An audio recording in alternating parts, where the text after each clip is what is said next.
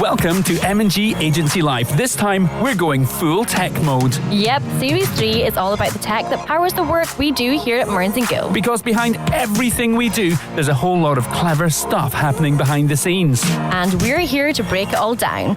No jargon, no complicated waffle, just clear, practical insight. We'll be chatting SEO and web builds. Video that grabs attention in the first few seconds. Digital retargeting that actually works, and lots more. So, whether you're a business owner, a marketer, or just someone who loves understanding how things work, this series is for you. Let's talk tech. Shall we do this? Oh, heck yes. Welcome back to M&G Agency Life. Let's talk tech. So far this series, we've covered everything from SEO to content strategy. And today we're talking about the thing most people actually see first. This episode is all about creative that converts. Yep, this one is all about digital creative, how it changes across platforms, how important copy really is, and why we just need a graphic isn't going to cut it. Yeah, that's right. Joining us today, Kevin Mitchell, our digital lead, is back. Hello, Kev. Hello. Hello there. How's the digital landscape treating you recently? Like a gem of change. Wow. Wow. That's the clip. That's the clip right there. Love that. Also joining us today is our creative lead, Tom. Hello. Hello, how you guys doing? Tom, you are originally from Australia. Amy and I were talking, we feel that we should acknowledge this properly, right? We thought Australia, Aberdeen, that's a big shift, different weather, different accents, significantly different beaches, although, you know, Aberdeen, Bondi, I know you're not from Sydney. So yeah, we thought we'd bring something into studio today just to remind you of home. So Tom, we've got you this. I'm just digging into the curtains of the studio. Yeah, Russell. Tom. Oh, did. It's been a while since I've seen one of these. It's a didgeridoo because obviously every Australian grows up playing the didgeridoo. We were Yep. thinking before we start properly, maybe you could just give us a quick tune, something traditional. Just as a heads up, this isn't a real didgeridoo. So What? What do you mean? Pete, you've been conned. What? yeah, it's not been eaten out by ants, so it's definitely not going to do it. But I'll try and give it a good shot. Oh, he's actually going to.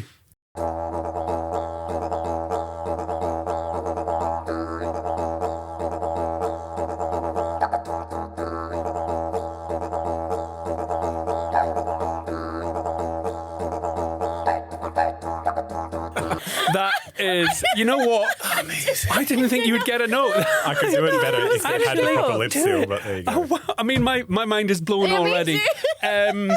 I mean, where do we go from here? I don't know. I think we should move things along now, to be honest. The fun is over.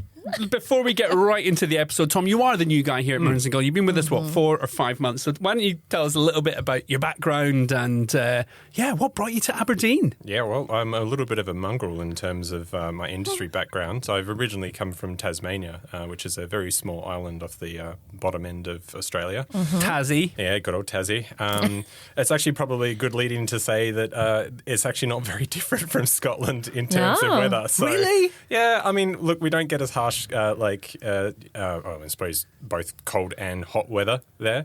We get much better summers, and I think the winters are a little bit easier. But to be fair, if you want to jump in the beach there, you're going to have pretty much the same shock.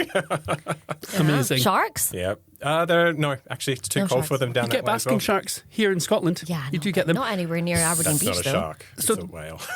Tom, background in terms of your professional background. Tell us a little bit about that. Yeah, so as I said, I've got a bit of a mongrel upbringing in terms of the industry. Flaming mongrel. Yeah, Sorry. right. So, right. No, Is that the last one? that's the last one.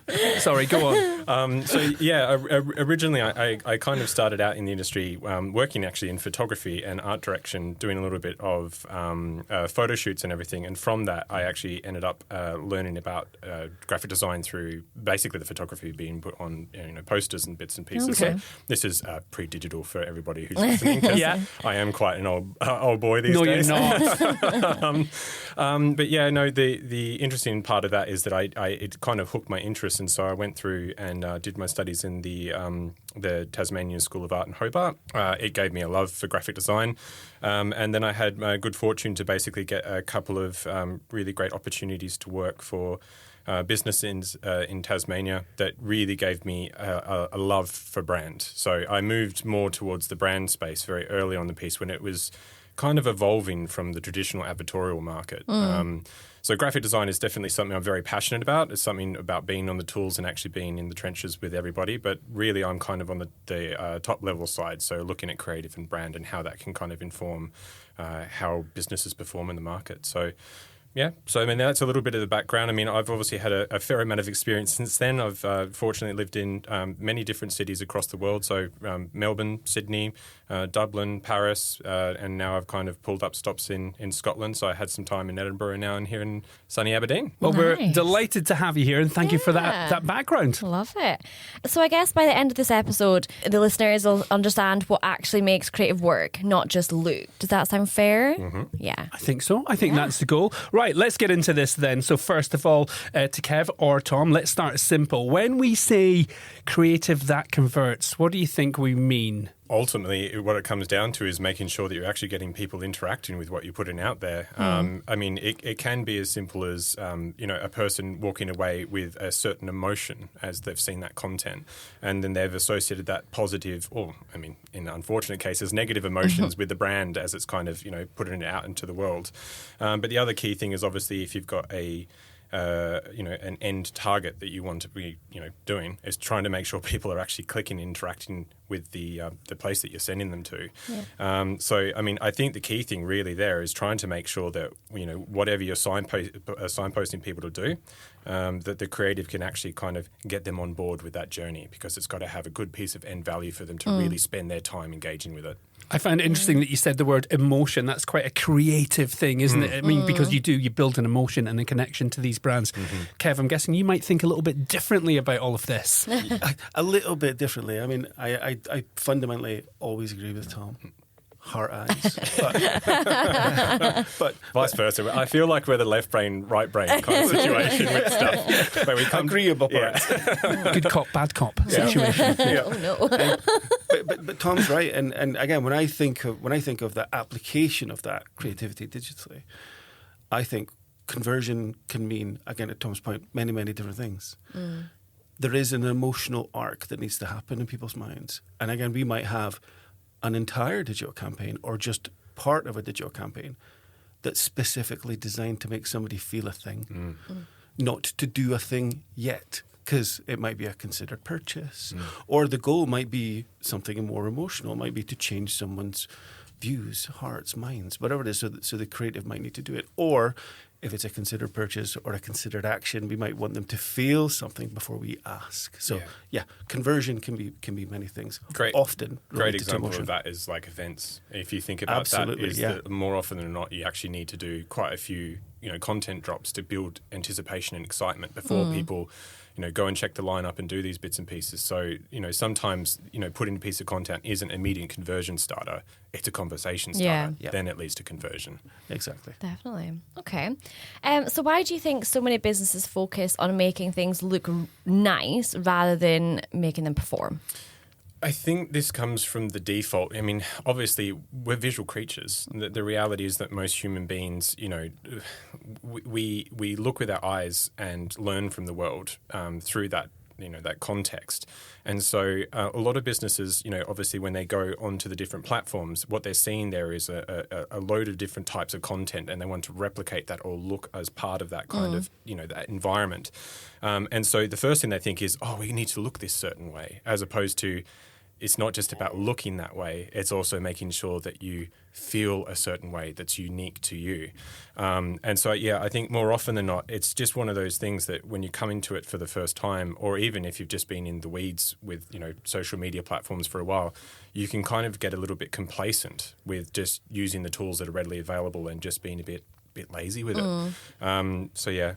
Some interesting points there. Right, so leading on from that, let's move on to looks versus performance. I feel this is where you two are really going to have a head-to-head. Maybe not, I don't know. Where's the boxing gloves? We've just got the didgeridoo, which is a weapon in itself. Let's not use that.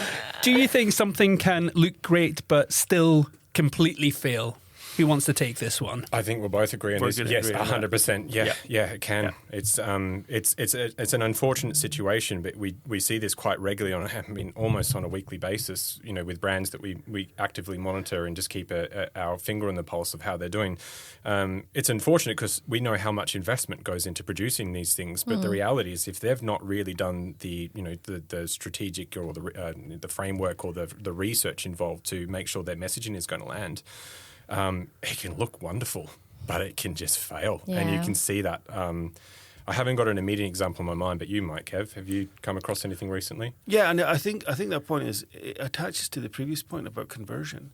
Something can look fantastic. It could be the most creative, visual, compelling, emotional piece of creative you've ever seen in the world, but if the campaign's goal is to make someone do something, them feeling it isn't going to actually mean that it's going to make them do the thing that you wanted them to do. So because they felt great, what does that actually mean to your organization? There's a lot to consider. Platforms, audiences, copy. Yeah. We're going to get into all of that. So what's the biggest mistake businesses make with digital creative then? I'll give you an example before I jump in. Shoot. It'll attach to that last one. And it's probably, I'm maybe jumping the shark here, but I think TikTok's been a great one to look at businesses being creative or attempting to be creative, and in my opinion, failing for their business. Yeah, KFC. Yeah. But you can just see organisations following trends, and that means that they can engage with the community poorly, or they can dance, or they can jump into some really offensive meme and try and play around with it in a comical way. And that might work great for a small demographic of the community, but it can be terribly damaging to the brand. Meme bandwagoning is just one of my 100% worst gripes of any brand kind of stepping into that space and trying to feel like they're being authentic in that. It can really, really grate people up the wrong way. It really can. And if it was part of a wider strategy where we're playing with this for a certain demographic, to reach a certain audience, to engage with them emotionally, to bring them towards a brand, I'd clap. But often not. It's not. It's desperation. It's trying to look for something that appeals. We need to fill the calendar up with something. Yep. Yeah, and they get good attention for what? I quite like memes. Me too. I love when brands do silly things on TikTok. I love consuming memes. It's fine. They've got to land that plane properly, though. There's moments. A perfect example is the whole McDonald's thing at the moment. Where this is going to date if people listen to this in a year's time. But the CEO of McDonald's chowing down on a burger. Awkwardly. Terribly. Yeah, don't you make eye contact. But the reality is the competitors have stepped up to the mark with this, and they've created their own meme of this. And it's great because you can kind of sit back and get your popcorn open and you're like, actually, this is genuinely good. And I love seeing these things play out on social media, because was it the CEO of Burger King who just chomps into a Whopper like he's loving it, and he eats it so messily. Brilliant. Right. Is creative about design first or strategy first? That's a good leading question. Look, I've always come at it from this point of view, is that whatever you are creating, you've got to do the research and get yourself into the headspace of who you are intended to speak to. That can be a really difficult thing. It's actually probably why I have a job, because it takes many, many years of experience and being basically able to see the engagement and the feedback you get from putting things out to different demographics and things like that. So from a point of view, if I was in somebody's shoes, running a small business and trying to work out how to do this, the immediate thing I would try to do is work out, who am I speaking to? Who are the people that are in my immediate influence of my business and my services or product, and what age demographic, what are they engaging with, and then trying to understand, what are they looking at? How do they speak to each other? Try and learn the lexicon of what they actually, in their day-to-day lives, and what they are doing with their lifestyle. Because from that, you can get a much better idea about how you're going to have to put together that content to make it engaging to those people and really actually speak to them. We've all get this day in, day out on Instagram, LinkedIn, all the different platforms. There's so much that comes down.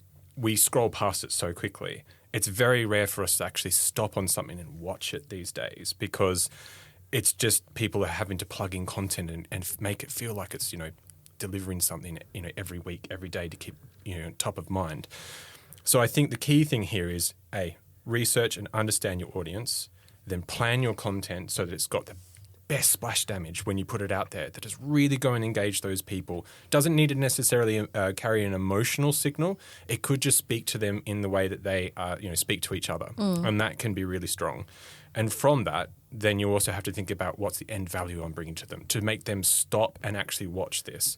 And that's always the biggest challenge. I mean, most of the creative challenges that we have come down to how can we get them to pause and just take a moment to stop scrolling. What about platforms then? How does creative differ on different platforms? It's kind of a perfect segue just from what I've talked about. I mean, I think you need to think about your audience. Your end audience is the key here. It's very different on LinkedIn versus, say, like Instagram or TikTok. I mean, obviously, TikTok and Instagram are more about like social-driven things, whereas LinkedIn's more B2B kind of conversations. So obviously, your content is going to have to shift based on that. That's not to say that the core research and strategy that you put behind your content needs to shift. It's just you might change the language that you use or, how quickly something is delivered. I mean, a perfect example is that, LinkedIn gives you permission to upload a 2-minute video if you want, and that could actually be really good for that platform. Yeah. If you're trying to actually educate people more about a very complex service you're doing. That ain't going to float on Instagram or TikTok. That's got to be, 10, 15 seconds. So there's very different content types that you need to kind of curate for that. Kev, you live in this world. What's your thoughts? No, I agree, but it's also important to separate organic and paid content here, and it's also important to separate intent. So what you want your creative to actually do. But Tom's right; these platforms are different, and you should absolutely approach them differently. All your research is absolutely valid. Depending on time, depending on budget, depending on scale, that could be about the language that you structure, either in the creative or in the post copy. You could structure a little bit differently. But if it's organic, is it a reel on Instagram? Is it a post on Instagram? Is it an image on Instagram? Should it be long? Should it be short? Who's it for? All of that would dictate how that would be crafted. And if it's going to LinkedIn, yeah, it's probably a shorter video. It could still be portrait video. It could still be a reel that you're taking over there because LinkedIn are investing in that. But if it's not organic and it's going unpaid, then videos are only really going to work for prospecting audiences and find new audiences. When it comes to retargeting, you need to get into images, and images need to do all the heavy lifting for retargeting. So how does that work? And then TikTok comes on the scene. Now you can take the same creative that you put on, link that same portrait, 15, 20 second piece of creative that you put out on LinkedIn and on Instagram and take that over to TikTok. Absolutely. That'll give you some attention value, but it won't give you any sentiment value because there's an expectation on that platform of something very different. So is it worth investing it? Is it worth adding more time? Are your audience on there? So all of those 100%. questions begin I was to play literally out. going to say also just narrowing down where your audience is. Exactly. The amount of businesses that we deal with regularly who come to us and saying we're trying to deal with so many different platform types, and we're like, is your audience even on half of these ones? Exactly. It's better to make sure that you're speaking well on 2 platforms than it is to try and speak somewhat poorly or mediocrely across 5. So know where your audience is, and just on that finishing point as well. Also, your audience may not necessarily be on the top 5 social media platforms. There's other ones out there, Reddit, other places where people live and actually interact more these days. The reality is that people are getting a bit tired of Instagram and other places like that as well. Kev, dare say that. Yes, I'm afraid it's true. are you okay with It's this? true. It's true. Yeah. Okay. Yeah. I'm already playing on Reddit, so I'm already. I know, on there, right? so Yeah, same. I'm already already there, baby. Yeah. All right, some great points here. I think you've answered about the next 20 questions. Let's have a look. I mean, can you just post the same content on all channels? It might work in some instances, or how does it differ? Pete, you can do whatever you want, pal. It's your money, And he mate. does. You burn that money. So you can do it, and you will get value, you will get attention. But if a business is paying for marketing activity or for comms activity, then there has to be an intent. And when there comes to what is the intent, rarely is posting on the same platforms, the same thing on the same platforms, the right action. And again, back to that point Tom just made, it's probably of value just to focus on a good message on 1 or 2 platforms where your audiences are, instead of that 3rd, 4th, or 5th where your audience aren't. Yeah. And you end up reaching an audience that could influence your decision makers in a negative way. Okay, fascinating stuff. So how does user behavior influence how you design something then? Oh, that's an interesting one. I mean, again, it comes down to the platform. I think, in instances there's a lot of interaction models that, come from things like Instagram and TikTok. So you kind of need to come at it from what are you intending the person to do. A good example is if you just want them to be able to go and visit a website to find more information, that the learn more button and things. It's making sure that you're building your content around the fact that there is going to be that call to action that you need them to engage with. The key thing is to make it easy for them. You don't want to overwhelm them with mountains of copy and messaging. It should be delivered to them really succinctly and then giving them that call to action as quickly as possible. Design with intent essentially is think about how your creative can support that action. And I think, it sounds simple. It's actually really not. I mean, the amount of times that we've sent stuff out for A/B testing, it can literally be the difference between a couple of words said a couple of different ways, and then you suddenly see an increase of 2 or 3% of people then engaging with something. So, yeah, it can have big impacts. This brings us nicely onto copy. So let's get into this then, the role of copy. How important, firstly, is copy within digital creative? This is somewhat contentious. Put that didgeridoo away. I think, if I was being political, I'd say they're both as important as each other. But I genuinely think in this day and age, it is more about telling the story either way. Think of it this way. Like when you could have a black screen with somebody with an audio narrative telling you a story. And if it's engaging and you've got your headphones on and it literally has a call to action button at the thing, that can be stronger than flashing 5 images up in front of them and doing all these bits and pieces. Okay. It can change, really depend on what the intent is behind it. So I think really it's about knowing how you can kind of cut through the noise. Kevin and I were talking about this. Brands have a real struggle at the moment in the sense that they're kind of, if they're not leading the way, they're in the jet stream of other brands, and that they can kind of get lost. And so it's trying to work out what your unique flavor is and then leaning into going, well, am I more visual driven? Am I more audio driven? Or am I more like written and messaging driven? And from that point, a good example is, if you're a poetry society, then obviously written copy is so important. That is what should be driving this one.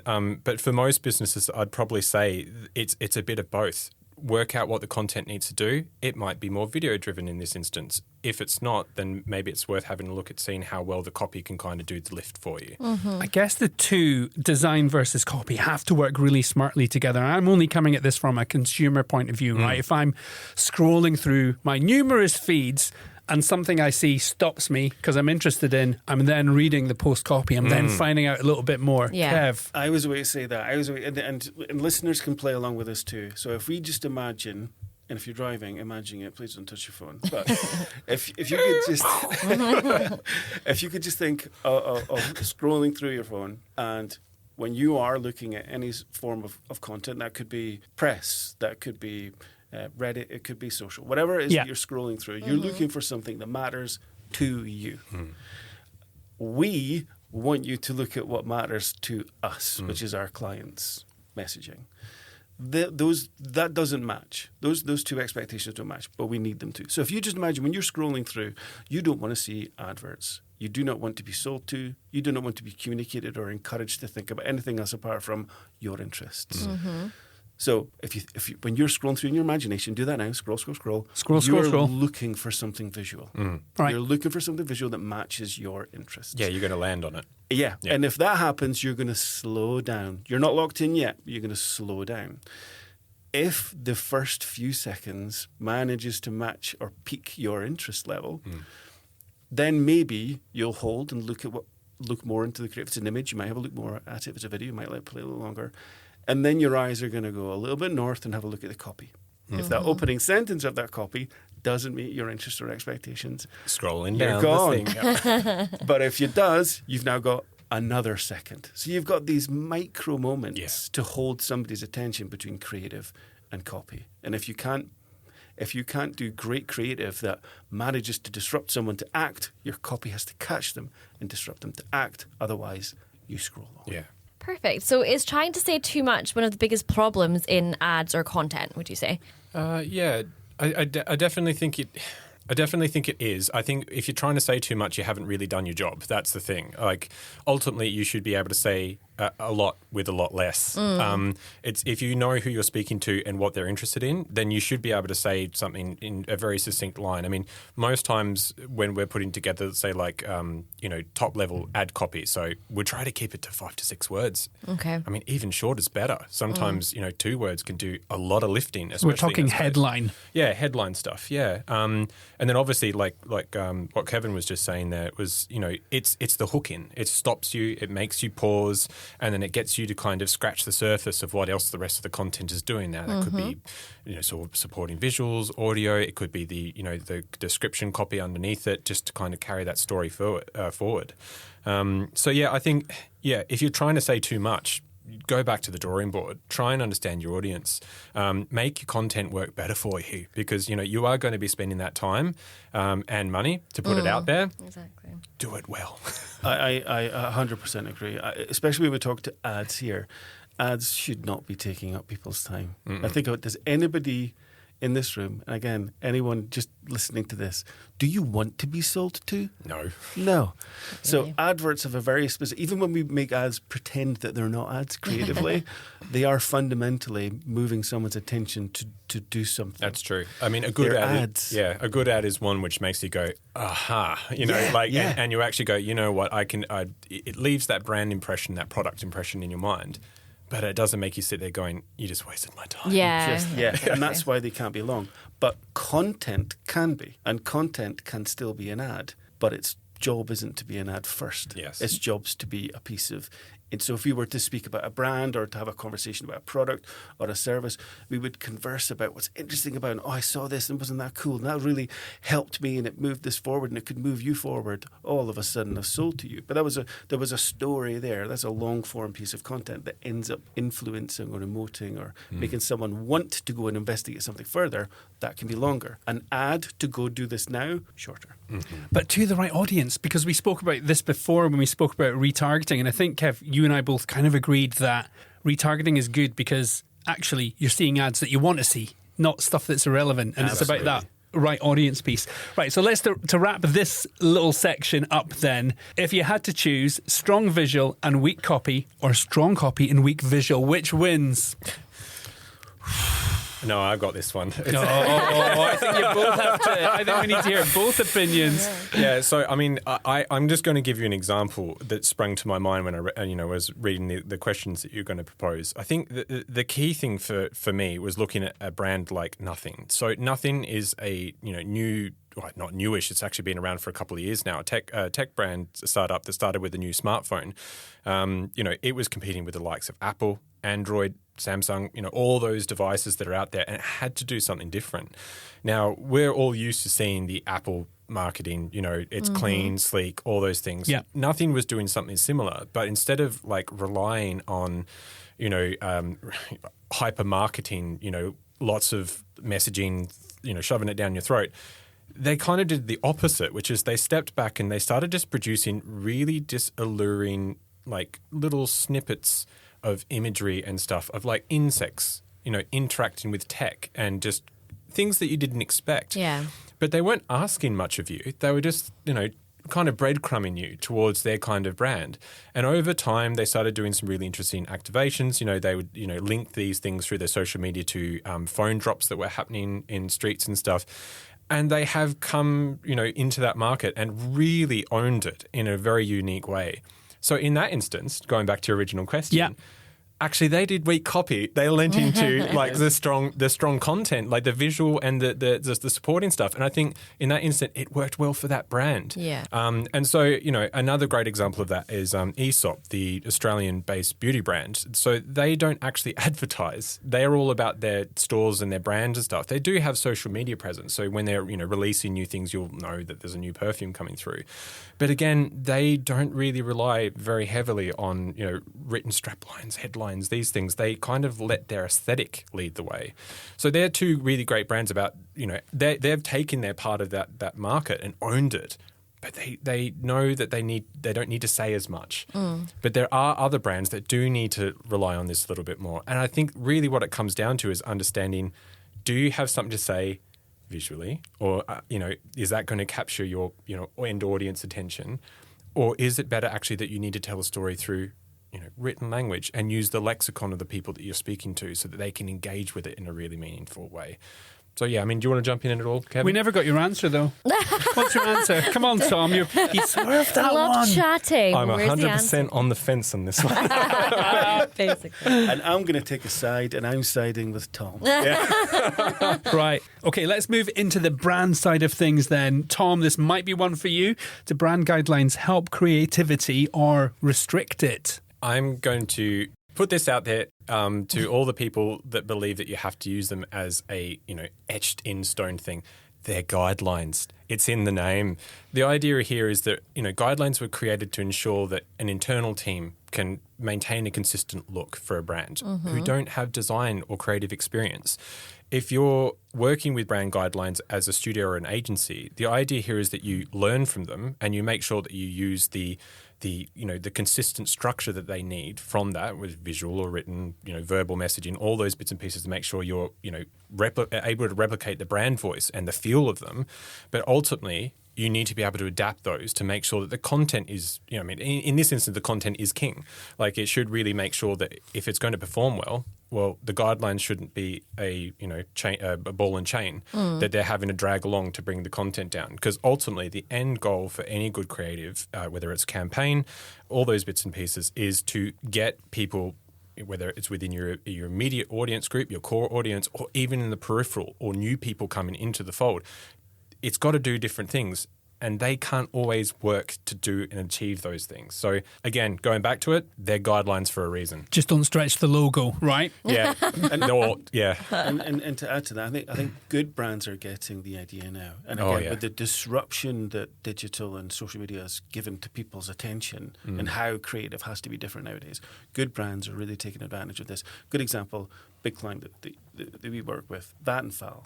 They regularly update their brand guidelines. They don't just tweak it. They come out with new ways that you can play with word marks, new ways that you can use creative and colour. Yeah, they regularly update it to allow execution to be played around with and to get more attention and to not have people look at something and be like, oh yeah, I've seen that before. Yeah, it's. I think the key things with guidelines is that more often than not, when you put things out into the world, it should inform the guidelines. It should make sure that the brand, its infrastructure is updated with what's worked. Because if that's suddenly, the reality is a brand isn't something that stays set in time. Yeah. It should evolve with the market that happens with it. So like if you're thinking those guidelines have to be stick to 100%, you're doing yourself a disservice. You really need to understand that your brand changes as you change and your market changes. Yeah, definitely. So do you think that creative should ever push a client slightly outside of their comfort zone? 100%, yes. So, yeah, it's an interesting one. But the reality is, and no disservice to business owners who are listening to this one, you guys are so busy working in your business that you don't really have much time to work on it. So you get kind of caught into the comfortable zone, as I like to call it. Like, it's one of those things where you know your players, you know your customers, you know that stuff, and that's comfortable to you. The reality is you can bring a great amount of insight and strength into helping shape copy and content that's going to go out there. Creative can really, really benefit from having you lead part of that. But there's also a part where you've got to just step out of the way and let the creativity kind of come into it. Because the reality is great content comes from something that's not safe. More often than not, it's got to be challenging. Sometimes it can be controversial, and that can actually be the thing that drives more reach for people so that they can see it outside of the normal audience kind of folds that this business has. So yeah, I think ultimately you're kind of doing yourself a disservice if you're not allowing your creative to really engage the end audience. If you're sitting across the table from me and I'm presenting you a concept and you're going, oh, I don't know how I feel about that, my immediate thing I'm going to say to you is, I don't think you're my intended audience. You know what I mean? I have been sitting with this on the tip of my tongue. You absolutely hit it. And when you were speaking about business owners, again, no disrespect any size, but your brand is there because it represents your organization. Yeah. Your identity is there because it speaks and presents your organization. Yeah. How that is executed is not for you. No. Your brand, your messaging, all of that, yes, is your comfort, and you should feel comfortable about that. but how your team and how your creatives execute it is for your audience. Yeah. And as a creative agency, we wouldn't be doing our job right if we weren't pushing boundaries a little 100%. bit. Going to challenge you to make sure you're flexing. So, yeah. Right then, so let's chat more about the creative that converts. How do we actually know, firstly, if creative is working? Kev, that's maybe a you question. So I live in the data. So that informs what's working and where value can exist. And that famous statement that people ask for is their ROI, their return on investment. That's where I live. But again, depending on the intent of that ad, depends on what data it is that we should look at. Was an ad or was a campaign about brand awareness? Was it about sentiment? Was it about influence? Was it about engagement? What was the campaign about? I would look at information like share of voice, reach, engagement, shareability, virality. Yeah. Look at those sort of markers to suggest that this creative, this campaign, these series of stories that we stitched together and reached people however we've done it, has managed to A, reach an audience, and then B, be engaged by an audience, because we all see those signals, and then C, they've done something with it, so we can see additional share and additional reach and additional conversation beyond what we've shared. That's positive signals to that. Whereas if we're looking at conversion or business development or sales campaigns, then we have to look at what happens on site, or we have to look for a conversion point. Foot traffic coming through the door. Exactly. Perfect for like hospitality and stuff. You see it. You see it in the reservations. You see it with the people coming through and ordering a coffee. You know, it suddenly starts to affect your bottom line, and that's real world data that sometimes gets a little bit lost. People love to get stuck in the spreadsheets and the weeds a little bit with this stuff. More often than not, sometimes actually the organic thing that happens from that can also be just as strong as seeing the metrics online. Yeah. Okay. The key thing we'll do is for some of us to actually do quarterly reviews. Those quarterly reviews will validate what we've done. It will speak to where we see the gaps are and preempt what we think we should do next. But a quarterly review isn't just about looking and reporting on data. It's about getting back into the room with the client.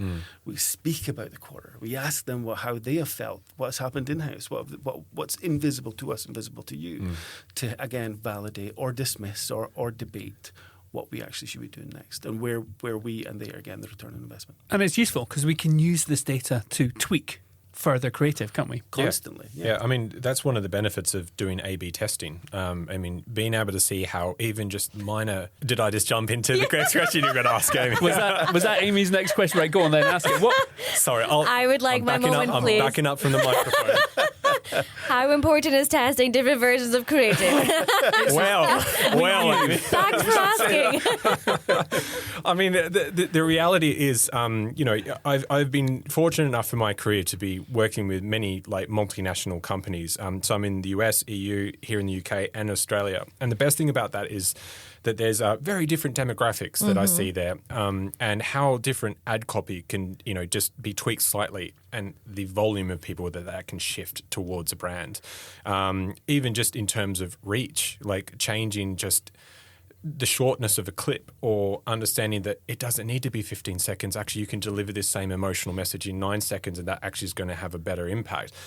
A/B testing allows you to do that. So it is really important. And I think, unfortunately, a lot of businesses, even small ones, can do this if they can just do a little bit of research online, or, knock on our door. We can kind of, steer you through that way. I think the key thing really is to understand that don't just think that because you've created a piece of content, it's going to do what you intend to do. Go and test it. See how it works. See if it's the right flavor for your brand and to the end audience that you're doing it to. Because, a great example is, anyone who's got, school-age kids here, oh my God, their lexicon is completely different to us oldies around the room here right now. If you're developing an ad that's supposed to tap into, say, like a 14, 15-year-old right now, their language is very different. And so you need to be able to actually even understand that, you've got to be able to tweak that. You might even not even understand there's certain connotations that get drawn up by some of the things you mentioned. Rizzler. Yeah, exactly. I can speak the lingo. Is that like 2 years old now? My God. I have never heard that before. You don't know what your giat is. I won't. No. I'll tell you later. Okay. I don't know if I want to know, to be honest. Let's not get into 6-7. 6-7. No.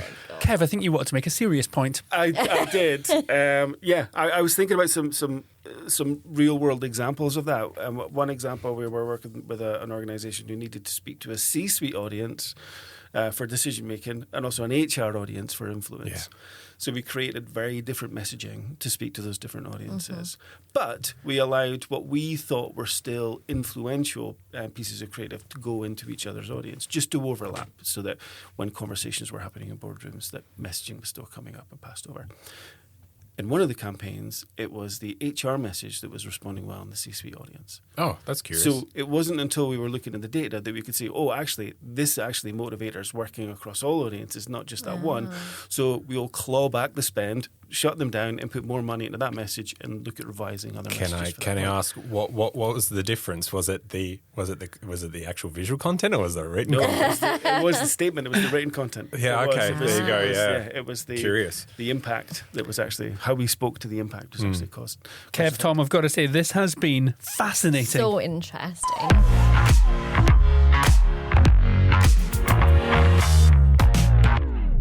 Right then, let's move on to my new favourite segment of the podcast. This is called 404, answer not found. I am a robot. I'm a robot. What do you think of that, Aimee? Yeah, I think we got that you were a robot, but okay, you didn't have to say. Aimee loves this. Right. How does it work, Aimee? Yeah, okay, so none of these questions will make sense and the answers don't even matter. Let's just get straight to it then. Quick fire. If creative was a person, what would they be terrible at? Keeping their diary, I was calendar, going to say admin. Yeah, admin.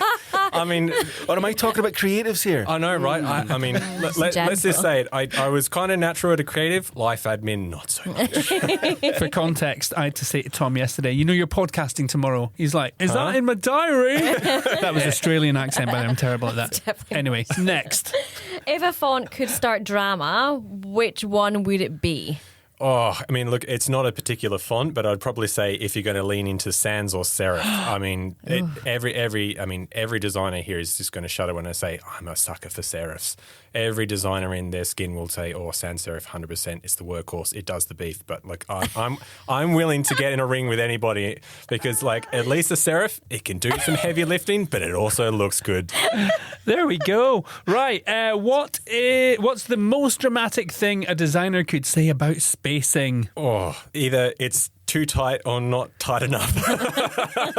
I am not making any comments about that. Moving swiftly on. If a logo couldn't complain, what would it say most often? I'm just going to... Let's just lean into that one. I'd probably say, please make me smaller. Like, Don't stretch me. I thought he would say, am I big enough? I mean, I wanted to say this a little bit early on. Sorry, just going to like springboard off the top of this one. But actually, a really interesting that's happened quite recently. In just the last 5 years, you'll probably notice that a lot of the content or creative that's going out there, logos are now a little drop line at the bottom of huge banners and advertising. So it's kind of refreshing that logo doesn't need to be bigger anymore. And I think, to be fair, like, it can be as small as it, so long as the messaging's doing some good lifting. Yeah. We'll do one last one. If a bad brief had a warning label, what would it say? With no budget. And that concludes 404, answer not found.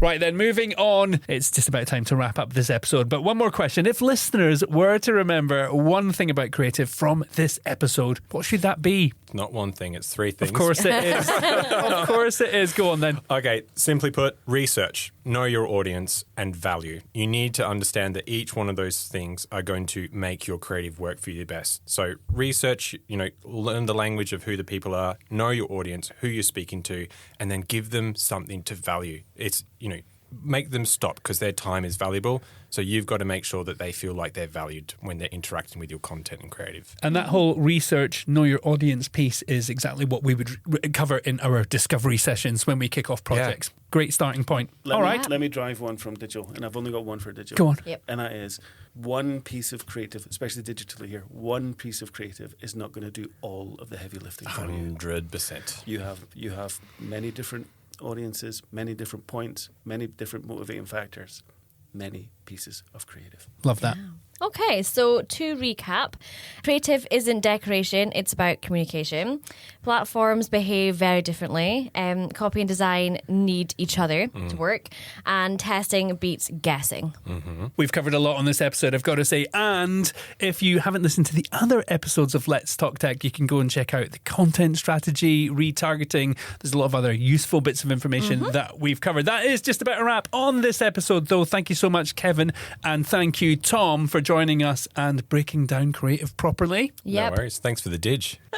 And as always, if you'd like to know more about anything we've discussed, you can drop us a line. Yeah, you can find us on Instagram at Mearns Gill. You can also find Mearns and Gill on Facebook, LinkedIn, or online. Yep, you can also message us directly from the podcast platform. We'd love to hear from you. So that's creative, done and dusted. Yep. But what about video content? How can you stand out on a busy feed? That is next time. We'll catch you then. Bye. See ya! Right, get the ditch out.